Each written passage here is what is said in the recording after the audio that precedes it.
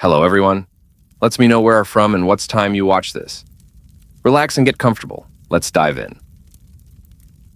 I am a nurse practitioner and I am the primary care provider for a lot of the low-risk maternity cases at the practice where I work. I also work hand in hand with the doctors and midwives to create a healthy maternity, birth, and postpartum situation. My fiancée is completing her residency. We live together and have for a few years now. We aren't in any hurry to get married. We originally had plans to do so a couple of years ago, but then we got really busy for 2 years. It is driving my very religious parents crazy that their youngest son is living in sin. I don't really care. I'm an adult, and I do what I want. We are getting married in June, so we are visiting my parents for Christmas. The way it came together this year, everyone is at my parents' house. So that's my folks, my 3 siblings, myself and fiancé, and 7 grandchildren. So 17 people.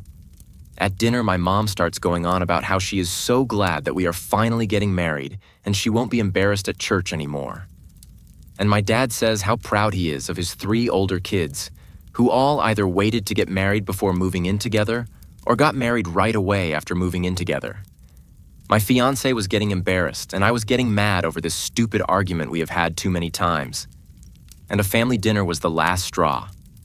I have asked them repeatedly to just accept that they cannot control how I live my life. I refuse to stay with them when I visit, even if I come alone. Hotels are just easier. So I started talking about a premature baby I had been reading about. It was almost 3 months premature and weighed about 1.6 pounds. It was super strong and healthy for being born so little, and the NICU had high hopes for the baby doing well. My mom and dad both got deer in the headlights, looks on their faces. To bad. Should not have fucked around with my fiancé's feelings. So I asked about my oldest brother. He was born almost 4 months premature. Is there a chance that we could check out the family album where we keep all the records of family births and stuff? I already know my brother was over 9 pounds and almost 23 inches long when he was born. My grandmother told me all about it the first time my parents tried to shame me. The subject gets changed very fast. After supper, my parents told me that I should not try to embarrass them with private things that are not my concern. I told them that if I heard anything about my living arrangements ever again for the rest of my life, I would make sure to keep bringing up the fact that my mom was in her 2nd trimester when they got married. My parents are mad at me for telling them how to behave in their own home. But my fiancé is happy that they seem to be off the subject for good. Am I the asshole for joking that our orange cat is dumb? We have 2 workplace cats at our worksite, and honestly, they add so much value to our days. Everyone loves them, and their presence isn't the issue here. One of the cats, Jean, is a tortoiseshell we've had for years. She's smart, resourceful, and a bit of a queen. The other cat, Jorts, is a large orange boy who's a more recent addition. Jorts is, let's just say, not the sharpest tool in the shed. For example, he can't figure out doors. If one is slightly ajar, instead of pushing or pulling it open, he shoves it until it closes. This often leads to him getting stuck and meowing for help. My colleague, Pam, not her real name, has made it her mission to teach Jorts things. The doors issue is her main project. This has become a real problem because the cats eat in a closet, and Jorts keeps trapping himself inside. Jean, being the clever cat she is, can open most doors with lever handles, but she can't help if she's also stuck in the closet. To solve this, I put a simple doorstop in place. Problem solved, right? Wrong. Pam accused me of depriving Jorts of a learning opportunity and started removing the doorstop. She even set up special learning activities for Jorts, like trying to teach him how to clean himself better or get out of situations like when he gets his head stuck in a cup. She even wrote these tasks on the team's whiteboard of daily responsibilities. I erased them because, come on, it's a cat. Don't get me wrong, watching Pam try to teach Jorts how to walk through a door is objectively hilarious. But Jean ended up locked in the closet twice last week because of this nonsense. So, I installed a cat door in the closet. Problem solved, again. But then Pam got upset. I made a gentle joke, saying, "You can't expect Jean's tortoiseshell smarts from orange cat Jorts," and Pam lost it. She started crying, stormed off, and later sent an email to the entire group, including volunteers, about how I was perpetuating ethnic stereotypes by saying orange cats are dumb.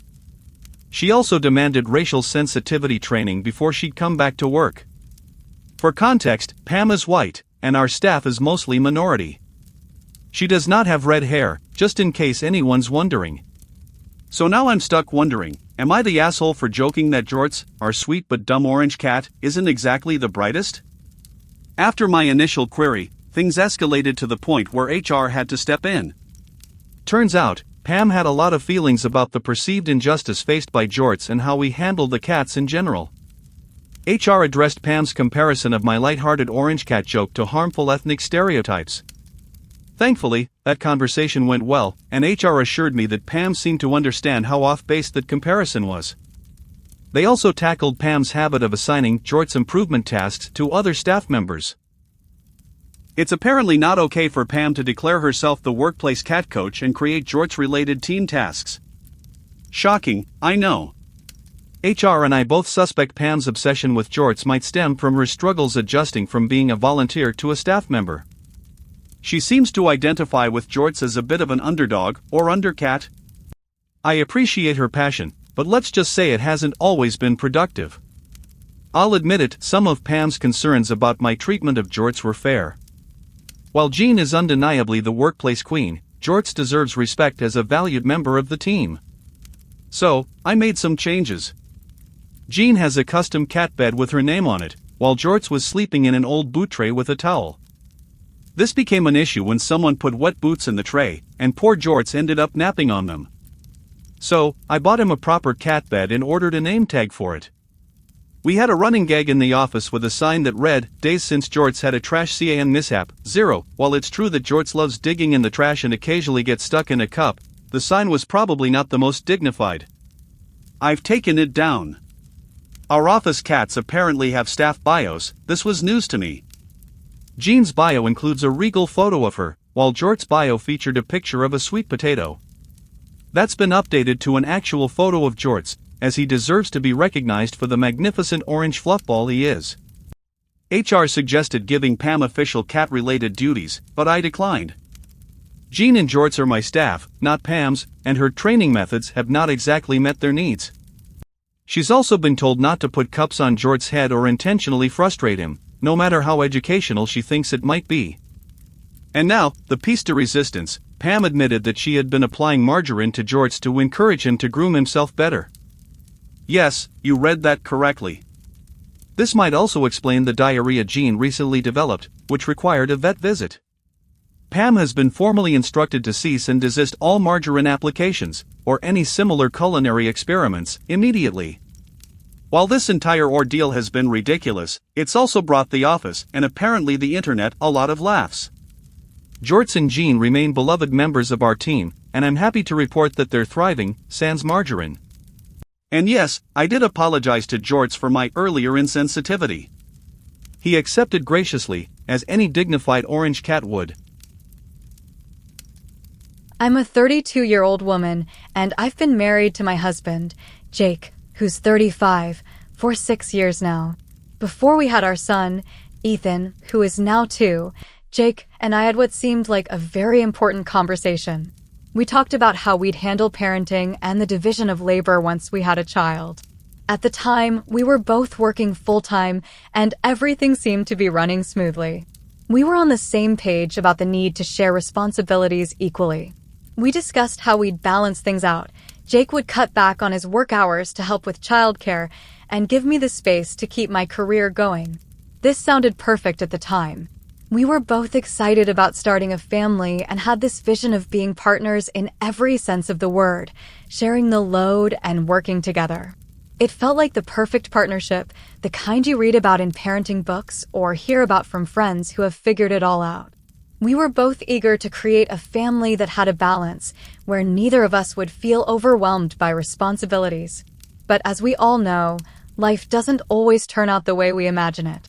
Fast forward to now, and here we are, 2 years later. It feels like I'm carrying all the weight, and I can't help but wonder where the partnership we agreed on went. These days, I work part-time from home. I love my job, and I'm lucky enough to be able to work from home, but it's far from easy. I'm juggling work deadlines while taking care of Ethan, keeping him entertained, managing his tantrums, and keeping up with household chores. And let me tell you, it's exhausting. Some days, it feels like I'm on autopilot just to keep everything going. Meanwhile, Jake works long hours. He's always busy at work, and I understand that. But when he gets home, it's like the workday never ends for him. Instead of helping out or spending time with us, he heads straight to his gaming setup or kicks back and relaxes. It's as if he's clocked out, and his role in the family is just to rest and recharge, while I'm left picking up the pieces of the day. Now, I'm not saying that I don't appreciate his work.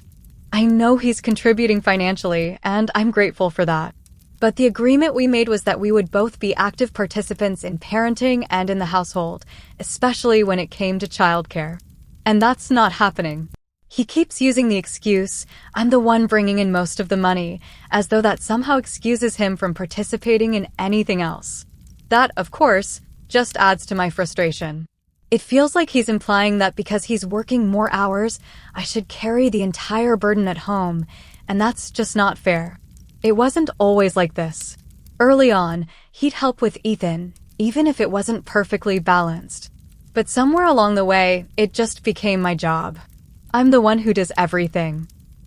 I schedule the doctor's appointments. I make sure Ethan's fed and bathed. I'm the one who arranges playdates and runs errands. And I'm the one who deals with the endless laundry pile. I handle it all, and while I know there are women out there who do this alone, it doesn't make it any easier when you thought you had a partner who would be there to help. I've tried talking to Jake about it many times. I've tried to express how overwhelmed I feel and how I can't keep doing everything by myself. I've asked for his help, but every time, he brushes it off. He tells me I'm being dramatic or that I just need to relax. He doesn't get it. He doesn't see how much pressure I'm under or how much his lack of involvement is wearing me down. He always tells me that he's working hard for the family and that I should be grateful. But honestly, it doesn't feel like enough. His hours are long, but they don't make up for the emotional labor and physical exhaustion I'm constantly facing.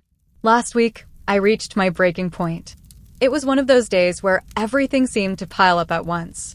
Ethan was throwing tantrums, refusing to nap, and I was on a deadline for work.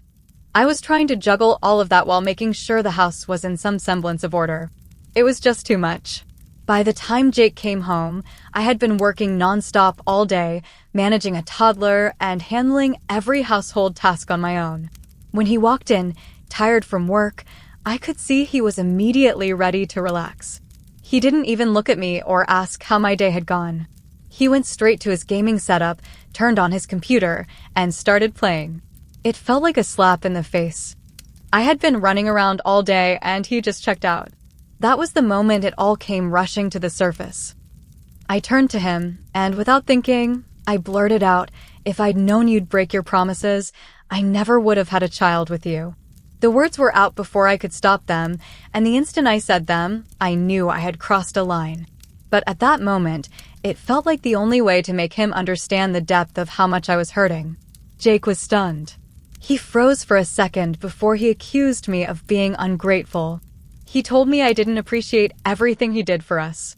He said that I should be thankful for his hard work and that I shouldn't make him feel bad about it. That's when things really spiraled. Since then, things have been incredibly tense between us. There's been an underlying resentment between us that neither of us has addressed. Jake keeps saying I crossed a line by saying what I did, that it was hurtful and unfair. He keeps telling me I shouldn't have attacked him like that I should have communicated my feelings more calmly. But from my perspective, I was just telling him the truth. I was finally being honest about how his actions, or lack thereof, were affecting me. I get it. I shouldn't have said what I did, and I feel guilty for saying it. But at the same time, I feel like I had no other choice. How else was I supposed to get through to him? He wasn't listening before, and maybe he needed to hear how much his behavior was affecting me. So, Reddit, am I the asshole for saying what I said? Did I take it too far, or was I justified in expressing how I feel? I just need some perspective because I don't know what to do anymore. Things between us are so tense, and I'm not sure where to go from here. Hi everyone, I'm a 30-year-old woman, and I'll be honest, my relationship with my mother-in-law has never been great. It's been a rocky road since day one, and to be frank, it's only gotten worse. Let me start from the beginning so you can understand how everything got so complicated. When I first met my husband, Jake, I tried to stay neutral about his mom, but it didn't take long to notice the subtle digs she'd make about me. At first, they were small things, innocent little remarks, like comparing me to her daughter-in-law friends or saying things like, "Oh, I never thought you'd be into that," as if my interests were somehow lesser than what she expected of me. I let them slide at first, trying to keep the peace because I didn't want to start off on the wrong foot. But then things took a strange turn. She stopped criticizing me directly and started acting like everything I did was amazing, and I mean over the top. It was like she went from trying to tear me down to trying to mimic everything I did. For instance, I've always liked experimenting with my hair and decided to dye it purple one day. I loved it, felt confident and bold. But then, a couple of weeks later, I noticed something odd. My mother-in-law, who had always been more conservative with her looks, suddenly showed up with the same exact shade of purple hair. It was honestly a little creepy. I remember when the family pointed it out, not trying to be rude but just genuinely surprised, and they all laughed. They said, "Oh, look, she copied your purple hair." But then, to my shock, my mother-in-law got defensive and angry. She said, "Why is everyone making fun of me? It's not my fault I wanted to try something new." When I said nothing, she looked at me accusingly and said, "You're just embarrassed, aren't you?" Trying to make a joke out of me. I didn't know how to respond to that. It was honestly bizarre. It wasn't like I had asked her to copy me. It just felt like she was trying to overshadow me in a way that wasn't normal. Fast forward a bit, and things got more tense. My husband, Jake, and I had been planning a 2-week vacation abroad for months. It was supposed to be a chance for us to relax, explore new places, and enjoy some quality time together. I was the one who did most of the work, saved up, researched the destinations, made the itinerary, and handled all the logistical stuff. My husband's only role was to book the tickets. And I'll be honest, I was excited. I worked hard to make this happen, and I was finally looking forward to just getting away from everything, especially all the family drama. Here's where the real drama started. Jake, for reasons I still can't comprehend, decided to share our travel plans with his mom. I mean, we weren't going on a family trip, this was supposed to be our vacation. But somehow, he told her about it, and within days, she started calling me, texting me, and even sending people to convince me to let her come along. I tried to politely tell her that it was just supposed to be the two of us, and I didn't want to cause any tension. But, of course, that didn't sit well with her. She threw a complete tantrum. I mean, she was furious. She threatened to call the police, saying that if I didn't let her come, she would make up a complaint to ruin the trip. I couldn't believe it. This wasn't about a vacation anymore, it was about control, and it felt like she was doing everything she could to make me feel guilty. Jake, instead of supporting me, sided with her. He told me that we should just take her along, so it wouldn't cause drama. That was the moment I lost it. I couldn't believe he was even entertaining the idea after everything. I told him it was wrong to tell her about the trip in the first place. It wasn't just about her coming along, it was about his complete disregard for the plans I had made and the work I had put into organizing everything. And then, things escalated quickly. He gave me an ultimatum. Either his mom could come, or he wouldn't go at all. I stood my ground and called his bluff. I looked at him and said, "Fine, stay behind with her if you want, but I'm going on this trip.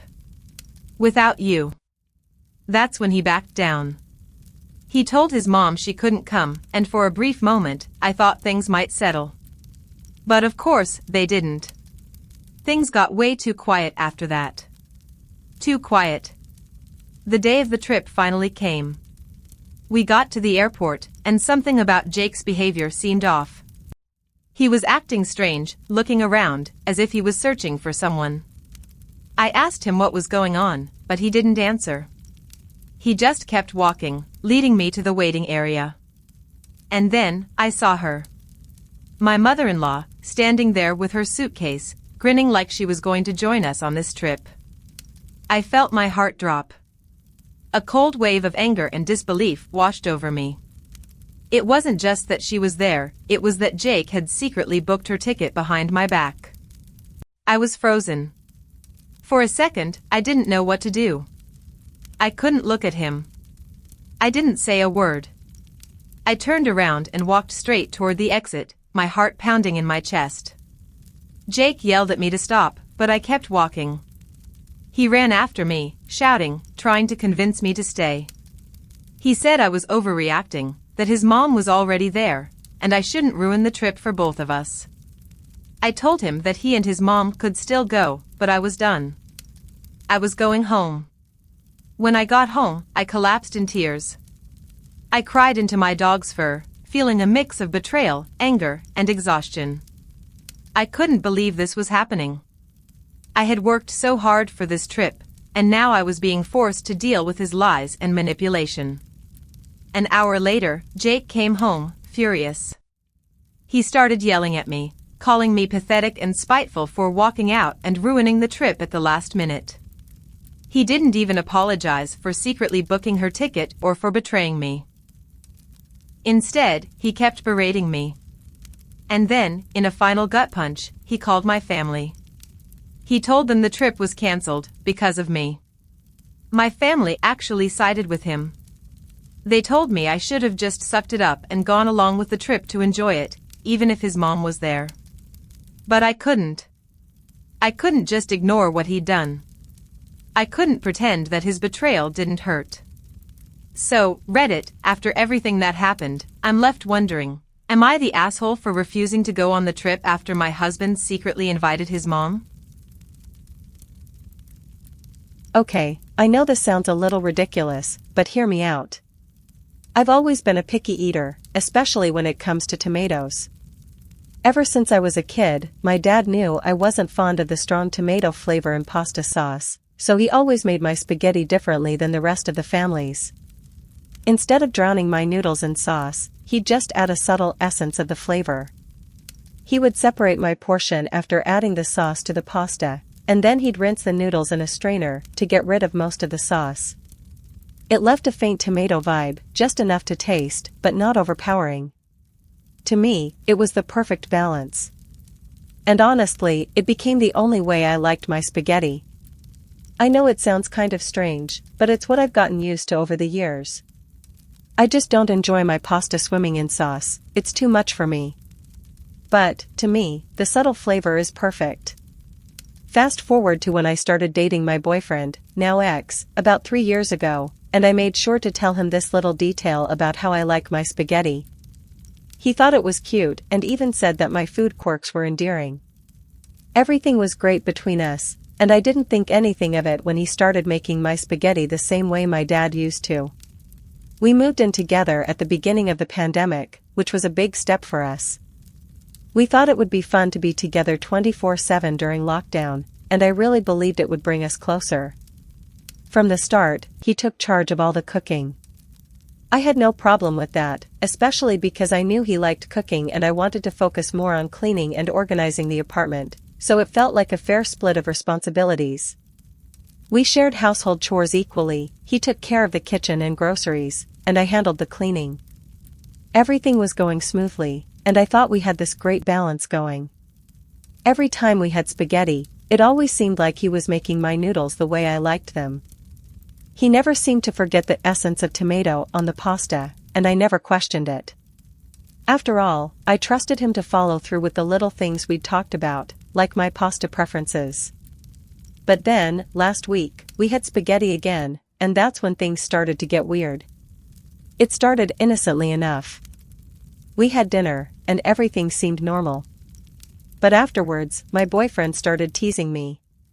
He would say things like, "You really like your pasta with an essence of tomato, huh?" Or, "How was your tomato essence tonight, babe?" He kept using air quotes around the word essence, and after a few comments, something felt off. I didn't say anything at first, but I had a nagging feeling that something wasn't right.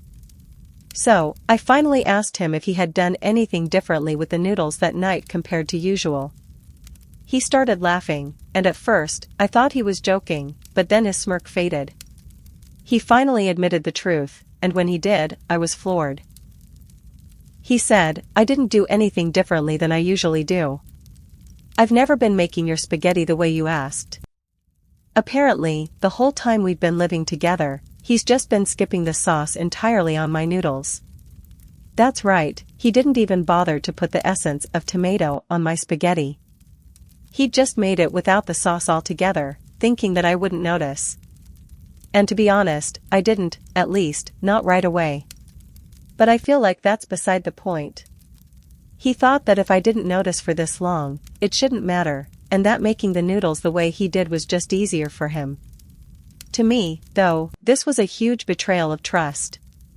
It wasn't just about spaghetti, it was about respecting my wishes and the little things that matter in a relationship. I know this might seem trivial to some, but to me, it's not just about the food. It's about the fact that he lied to me for so long and didn't respect something that I care about. If he had just told me from the beginning that he wasn't going to make the noodles the way I like them, I would have respected that. But he chose to make me think that he was doing it my way all this time. That's what hurts. Since then, I've been feeling really passive-aggressive towards him. I haven't been able to let it go. Every time I think about the fact that he lied about something so small, it just eats at me. I tried to talk to him about it, and he just brushed it off, saying that I'm overreacting and that I need to let it go. He claims that it's not a big deal, and that he never meant to upset me. But to me, it's a breach of trust. It's like he didn't care enough to even bother making my meal the way I like it. I've been wondering if I'm just being too sensitive about it, but it feels like a bigger issue now.